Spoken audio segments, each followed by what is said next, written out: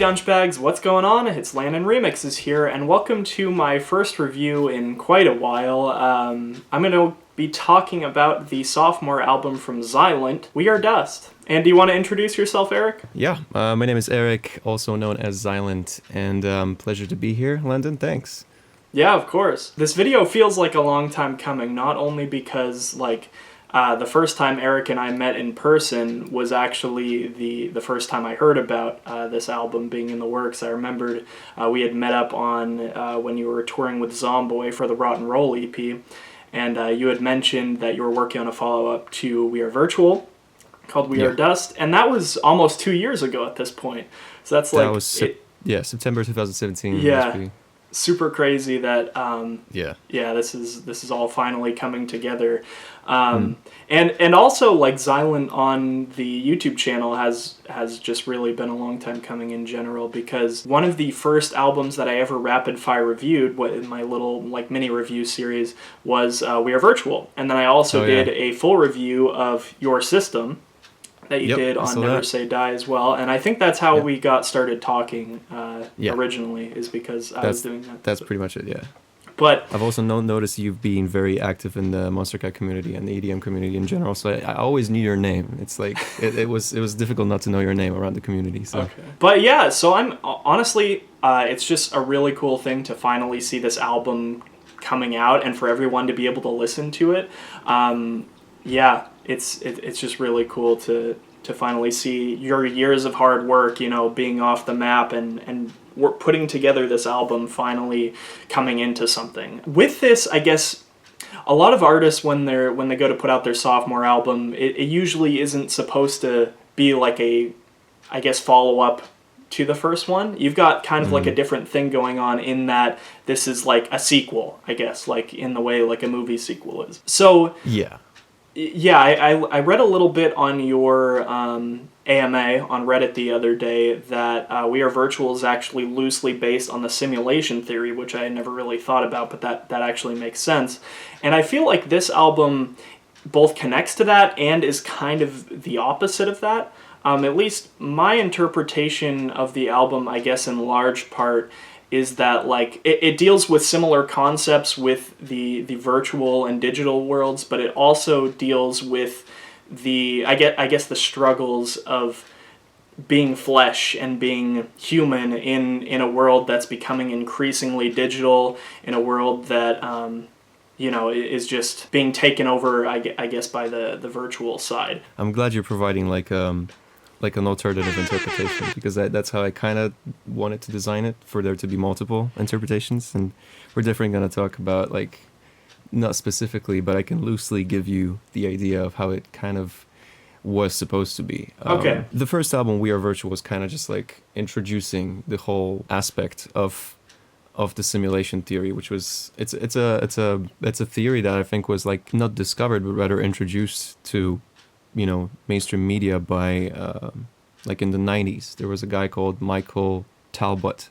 He was talking about the holographic universe. At that time, of course, I was 2 or something, or 3, so I couldn't even get into it. But the first time I was actually introduced to that even being a concept was the movie The Matrix, which is like, again, one of the first ever movies that I watched right after Terminator, I think.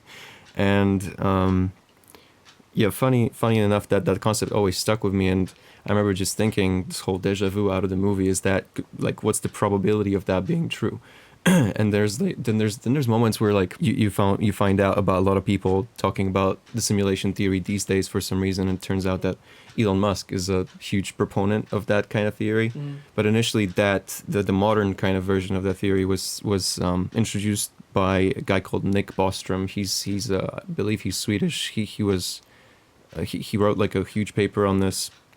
That there's like 3 aspects of how.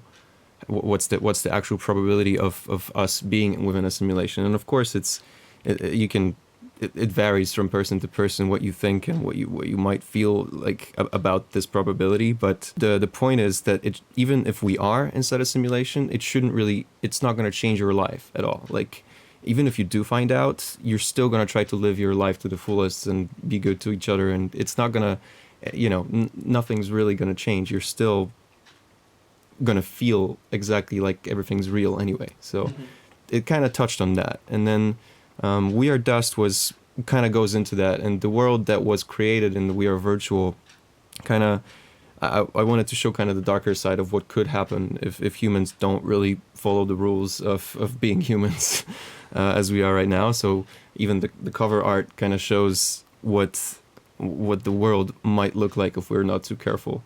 And it is like a loose story based around the We Are simulation theory. But here I kind of introduce characters throughout the tracks. You might notice the very first song.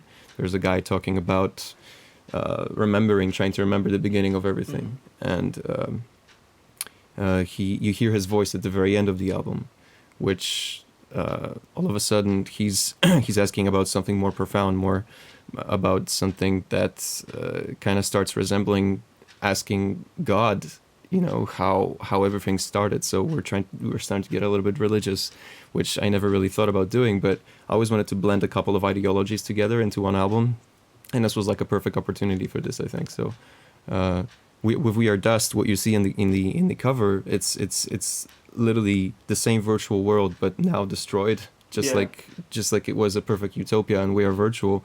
And here it's basically just rubble after thousands and thousands of years, after humanity's been wiped out by their own technology gone wrong. And you throughout the album you just basically hear these aspects of that. You hear, for example, a huge mech walking in human error, trying to neutralize every single thing that he still sees that's moving in the rubble, and then you hear that one little human surviving in there, and then you hear this character that's been speaking throughout this entire album and trying to figure out how this all started, who are we, and everything. So I kind of wanted to conceptualize this into something that makes way more sense than We Are Virtual, and I hope it comes through that way.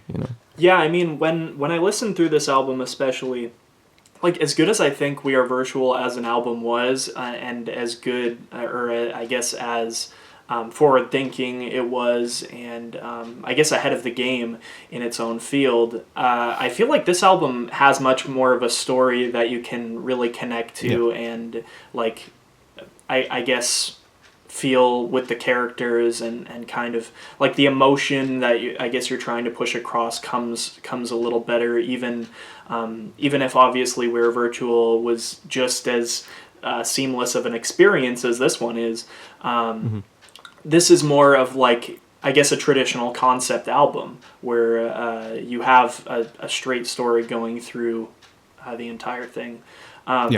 So one thing that I wanted to talk about is, like, a lot of the detail in this, and I guess not only the detail in, like, the mixing and the production, because that's always been obviously a strong suit of yours, but just some of the other little things that I was hearing, even, like, on my most recent listen through this album when I was just right this morning, I noticed, and I hadn't realized this before, that Code Blood at the very end, there's, like, that same, like, cassette tape sound that's at the beginning and at the end.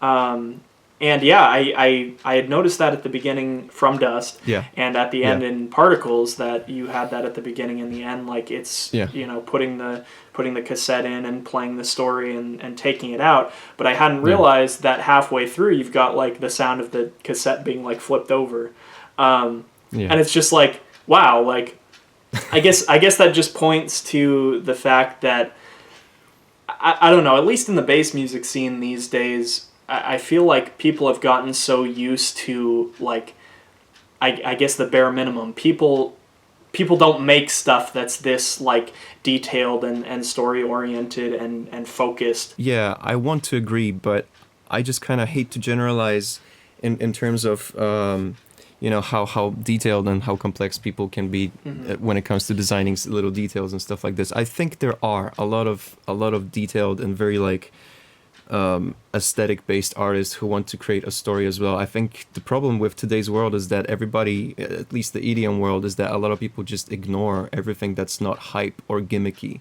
People tend to just completely miss out on the fact that there's a lot of artists out there that might be doing amazing stuff, but they just don't get exposure enough.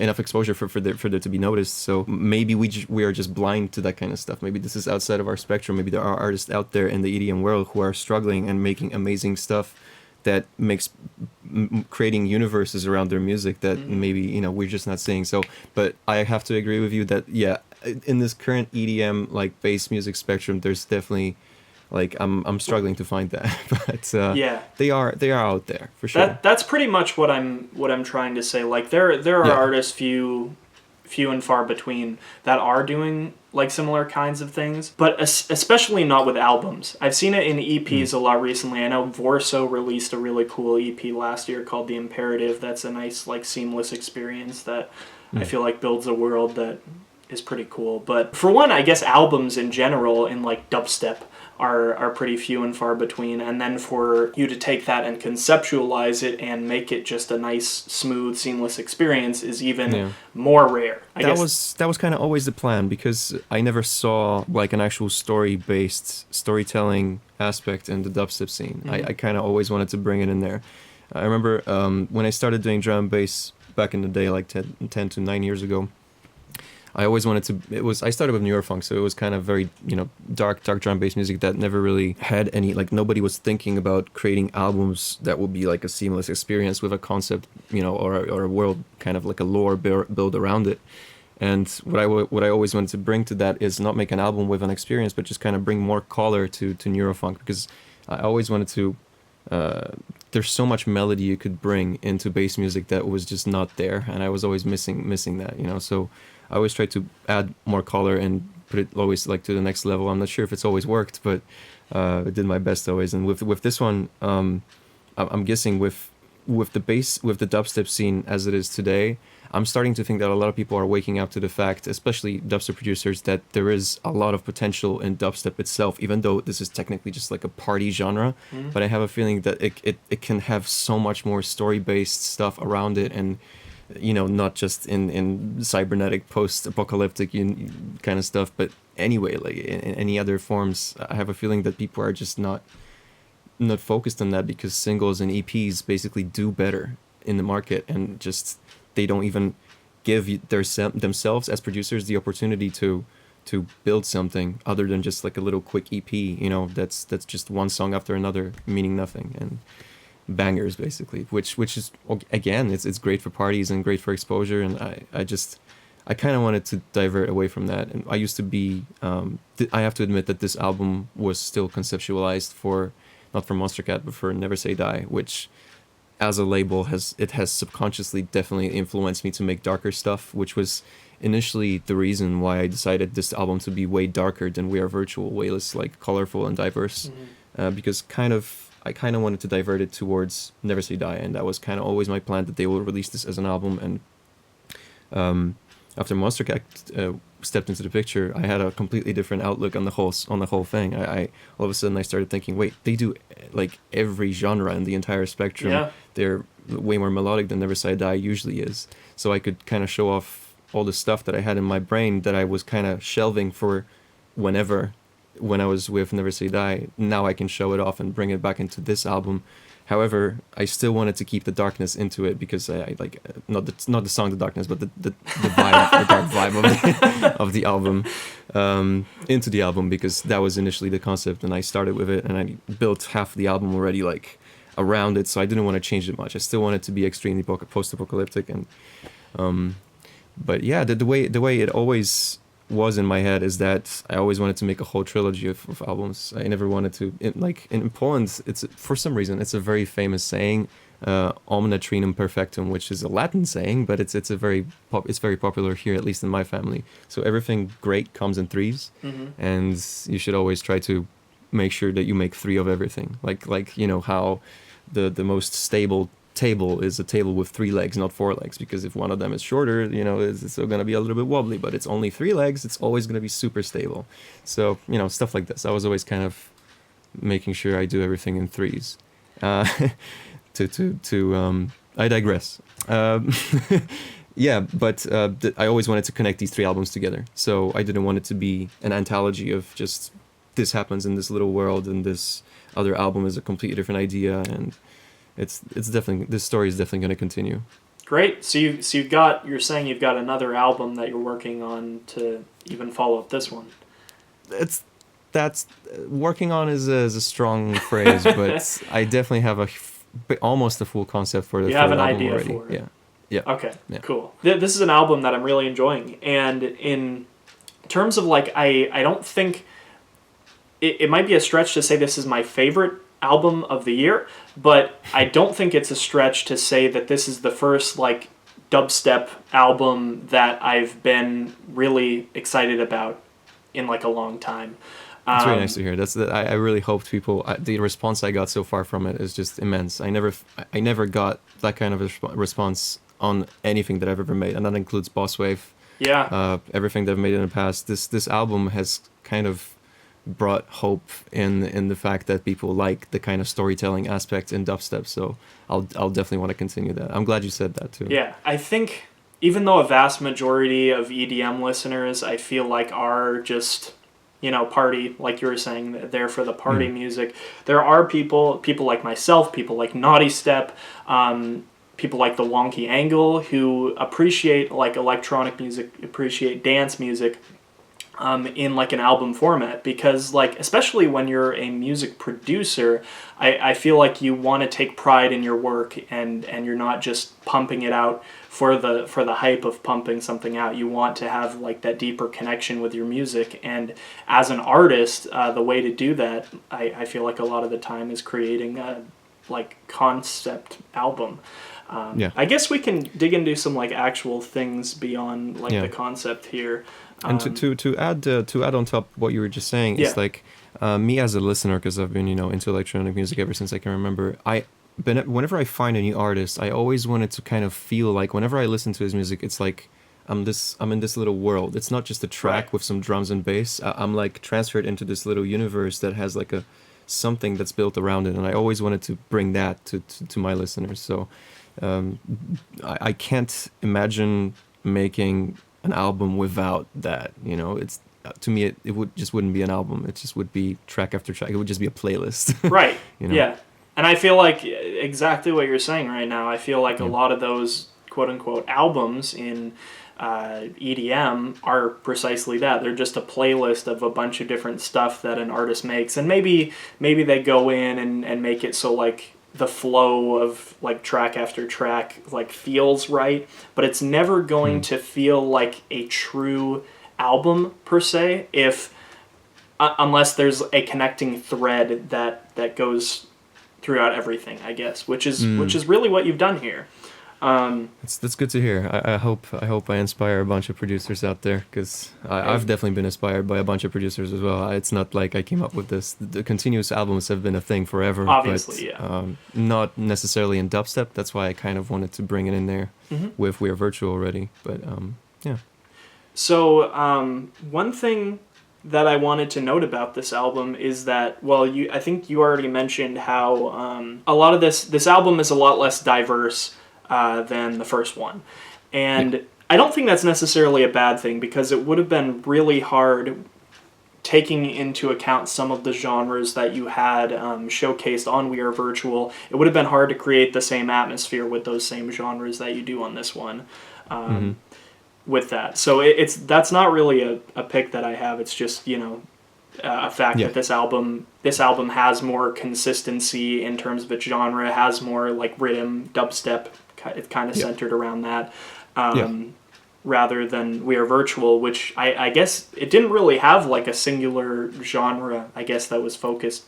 Yeah, I didn't feel like it had a genre more than anything else, Yeah, at that time I remember I was always against the word genre. I always preferred the word style, and I still come out of that conclusion trying to make that happen, but I just like 150 BPM so much, I just can't get away with it. So but another thing that I wanted to note about this is that on the opposite end from We Are Virtual, this album really doesn't have any features or any collaborations or anything like that, whereas We Are Virtual had 3 or 4 of them.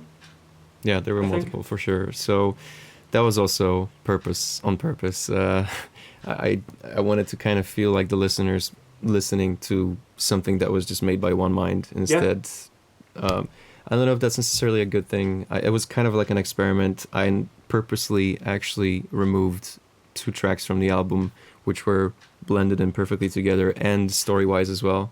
Oh, Just because they were collaborations and featuring, because I simply just wanted it to be a Xilent album. And something that I'm planning to do for the next album is the exact opposite of that. I want as many featurings and collaborations as possible for the third album for sure. I want it to be like a full-on, extravaganza. Yeah, there's nothing wrong with that. I think there's lots of great albums that feature a ton of collaborations and like a lot of great albums that are just one singular artist, and I like that you've done that. But you do have, like it's not just like there are vocals on here. I'm not sure how much of this is like sample pack. I think the darkness that's Kara, right? Oh yeah, that's Kara. Also the vocal in Code Blood, it's also from Splice. Okay. It's a vocal. It's one of a very, very obscure vocals that I found. It's one of I can't remember his name.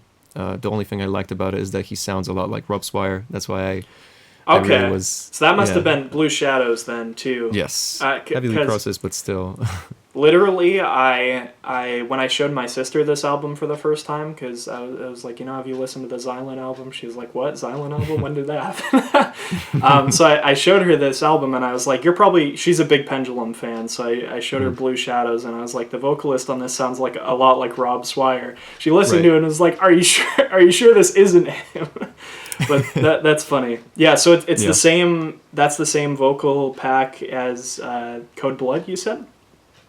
It's a different vocal pack. I was scavenging for specific words. Whenever I conceptualize an album, I literally just scavenge for specific words for lyrics to make sense on the album. Yeah. Because I don't feel very confident in recording my own vocals. I've done that in We're Virtual, but I would have to heavily distort it. And what I really wanted on this album is for the vocal to be clean, but still convey the message that I wanted to convey. Yep. So that's why I kind of selectively chose specific like lyrics that I literally had to search for them to make sense in the story that I want to build. Apart from that, vocal wise, the entire voice that speaks throughout the song is me, but it's I use something I already mentioned in the AMA as well, Vocal Synth 2, which Splice also provides as a plugin. It's fantastic. Speaking of plugins, I'm not sure if we should talk about it now, but it's fantastic. It's the most versatile vocoder I could ever imagine.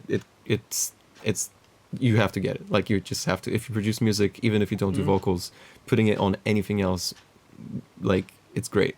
Yeah, so getting more into this, another thing that I thought was interesting is track number 6, Interludin.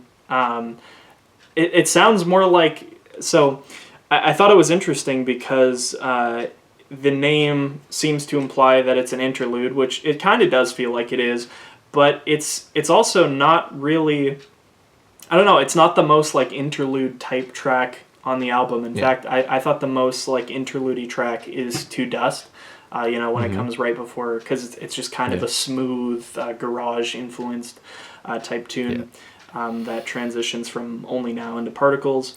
Interlude, so like I don't know if you had anything to add to that, but right, when I name my tracks, I kind of already imagine the listener to, because the way I want the listener to listen to this album is most likely on Spotify or streamable services where you cannot see the waveform.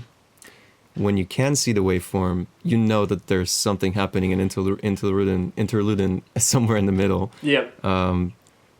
So I was kind of designing it for the purpose of it seem like an interlude, but it actually shocks you up, like it's a fake out technically. So I wanted to accomplish it in a way that it starts as if it's going to continue on at 150 BPM, but then it just switches to 110, and that was kind of supposed to give you this indication that something's just not right there. Adding the N at the end of interludin, I don't know what's going on with me today, was kind of just like a nod to Hideo Kojima. His lore that he built around his Kojima Productions company, game developing company.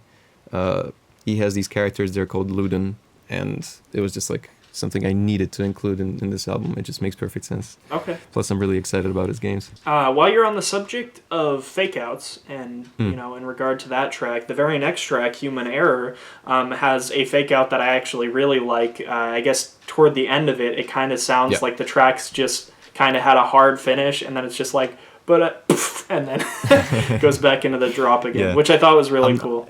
Yeah, I'm not a big fan of like dubstep fake outs because if you do too many in a row, it just becomes obnoxious. But like if you throw in like one or two here and there in the album, it's kind of, it gives it like a nice dynamic. So I thought it would be cool to add it there. I guess just getting into some other track details, when you had originally sent me You Rise in the Darkness at the same time, which are, you know, just the first two singles from the album. You Rise was definitely the one that I really liked at first. I like a lot of the textures and the details. When I listened to that song, one of the things that I really appreciated about it is that like kind of clicky, I don't know if you'd call it a synth, but the little texture that's like...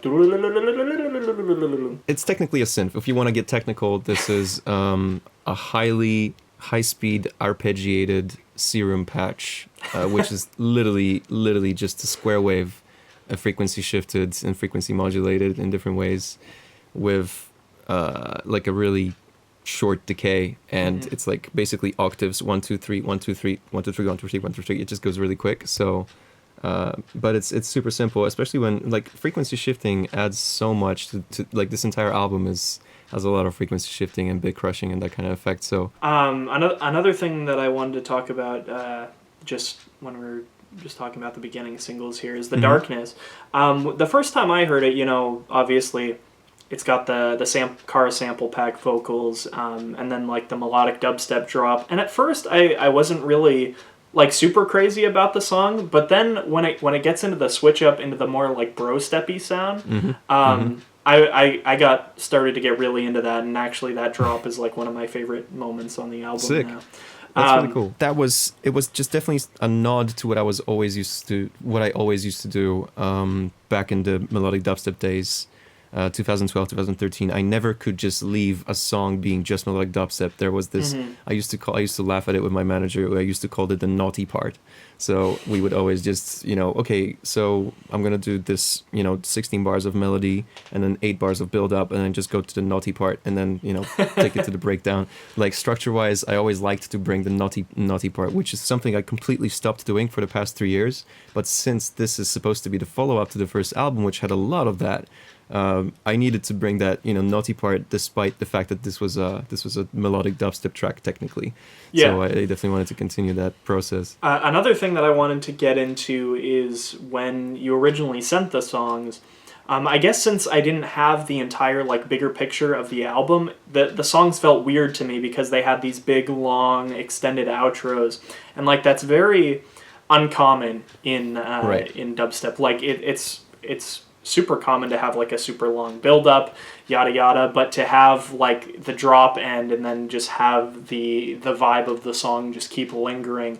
You could tell that obviously you were going to be working with it and trying to transition it in the form of an album, but it was super weird for me from my perspective to see those songs on the end up as singles. Yeah. So I don't know if you felt the same way, but... Right. So the main kind of like a problem was that when a label pushes the whole album, obviously they have to do the sequels that will preempt the album.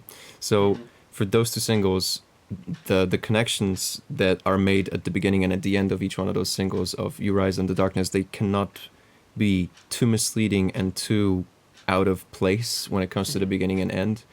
That's why You Rise ends with a click that just gets, you know, re-triggered slower and slower and slower, and then suddenly just stops, for it to not sound like it's about to build into something and then nothing really happens. That's why those transitions for those two tracks needed to be subtle.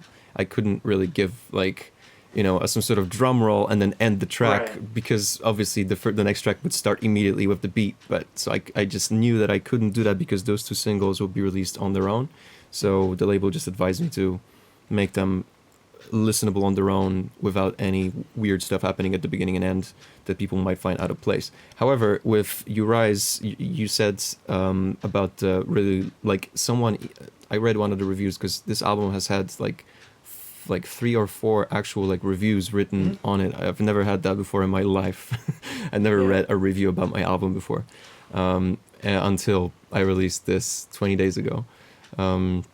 No, 14, sorry. And someone mentioned that the very end of Uri's 30% of the track is basically the outro, which is technically just a pad. He measured. It's actually 30, like a third of the track is the outro. So I didn't even realize that. But what I wanted to achieve by this is I knew that I'm going to release Uri's as the first kind of like, hey, I'm back, you know, and I wanted to, instead of just showing the people that, you know, it's just going to be, you know, dark and heavy and glitchy, I also wanted to give them like a hint of what's going to come next. So that's why, you know, kind of like a foreshadow to Dust, that there's going to be some dark down-tempo ambient IDM kind of stuff.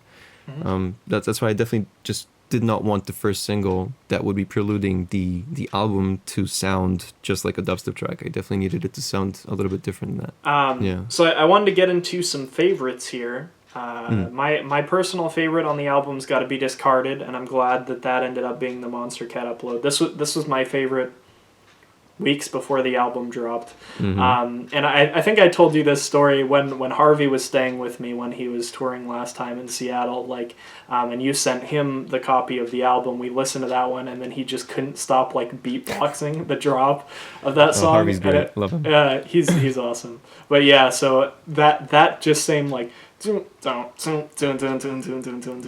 got like so stuck in my head, even though I didn't even have a copy of the song to listen to. And then when it actually came out, it was just like, oh, this is so satisfying. I also just love like the beat changes. I think the 4 on the floor at 150 BPM, I think in like the dubstep world, I think it's a little bit overused, but I like how it doesn't overstay its welcome on the song. And then you also like pretty much immediately after that have the more like Moomba beats, which like the doom cha doom cha doom. That goes into that. That was an experiment for sure. I never done that before, so I always wanted to try that out. But definitely. yeah, it's literally just a switch of a drum pattern that takes 2 minutes. And pretty much. But and then I also really love Only Now. The tune that you did a little bit of a mid-tempo sound. I was getting some like 1788L vibes on this, especially in like one of the bass lines, like the doo-da-doo-doo little bass line that's in there. But I really like this song, and I like how you take that sound and really make it your own. And I feel like that's a kind of central theme throughout this entire album, is that you take a lot of these, like RIDDIM especially, you've taken the formula of that sound, that style, that genre, and you've really adapted it to work with, the glitches and the synths and the basses that you're so well known for, which is cool. Because I'd rather hear trendy sounds adapted to what works for you, and than you trying to sound like something. And this is something that I really hope keeps happening in the industry these days. Like guys like Chime, like Ace Aura, who try to bring, take an existing subgenre and just, turn it into a style instead of a genre. You know what I mean? Turn it into something of their own. Like listening to some of the rhythm that was happening throughout the past couple of years, it's literally when you take a rhythm track and you close your eyes, you will not be able to tell who made it. And then there's artists like Chime and Ace Aura who are finally doing something about it. Totally agree with you. It seems like the fan favorite, surprisingly enough, seems to be Particles on this album. I did see a lot of really positive response to The Darkness as well. I'd say that was the other big one. But Particles in particular, when the album came out, seemed to be like everybody's just all over this song. And I like it a lot too. I really like how it goes from that kind of bright da-da-da-da-da-da-da-da-da, and then it kind of shifts into the darker sound with that same lead there, and then goes into the heavy drops. That was definitely the melody pattern was definitely a nod to Final Fantasy, which was like FFX is a game I remember. I will always remember. It's just unforgettable, and it was kind of like I was definitely inspired by Final Fantasy, and I wanted to. The thing about a melody pattern like this, it's technically an arpeggio, and you can do so much with an arpeggio. Like you can, in the track, there's so many different key switches, and basically different types of chord versions of the same chord based upon that arpeggio. I just wanted to experiment with that one melody pattern as much as possible in several different versions. That's why there's 3 different genres in this song alone. So I kind of always wanted to make a track that's, well, actually one day I definitely want to make a track that's basically spanning every single genre that I've ever made before, and it's probably going to be around 8 to 10 minutes. But it's probably going to be on the third album, or maybe on a single by itself. We'll see. Just the need to find enough Xilent time to magnum make opus, just every single genre. Yeah, no, I like how you experiment with a few different genres in this, particularly psytrance. I think it's cool, especially because, you know, the first album was very trance influenced, and it's cool to see. I know a lot of people are doing the kind of psytrance influenced stuff, but it's cool to see, like I said before, you adapting that sound, and it sounds more distinctly you than just a generic psytrance drop. Yeah, and again, it was only just like a tiny little snippet of the song, really. Right. There was not much that could have been added to it because it wasn't like the song wasn't really evolved around psytrance drop. So I just basically wanted to try it out, just like, oh, why the heck not?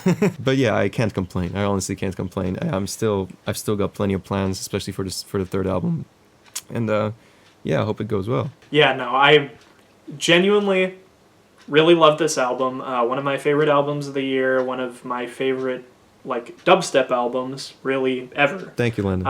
I just appreciate how well everything works together.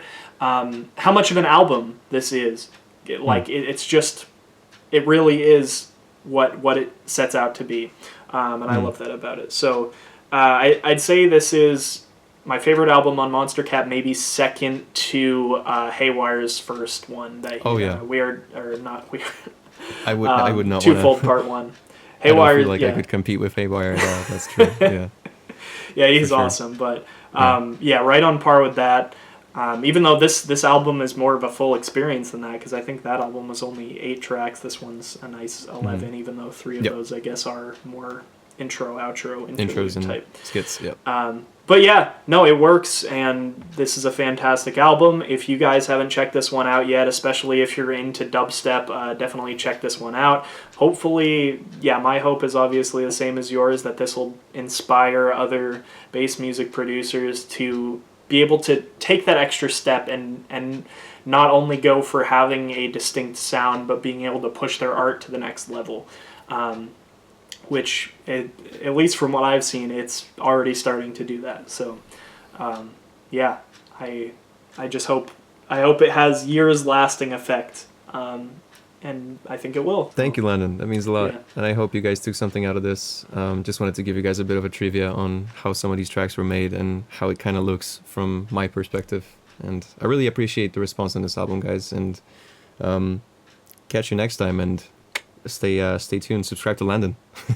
Yes, thank you very much. And I'll catch you guys for the next review. Once again, sorry about taking so long and putting some reviews out. I've been wrapping up school and everything, but it's good to be back, I suppose. And I'll catch you guys later. Peace. See you guys. Peace.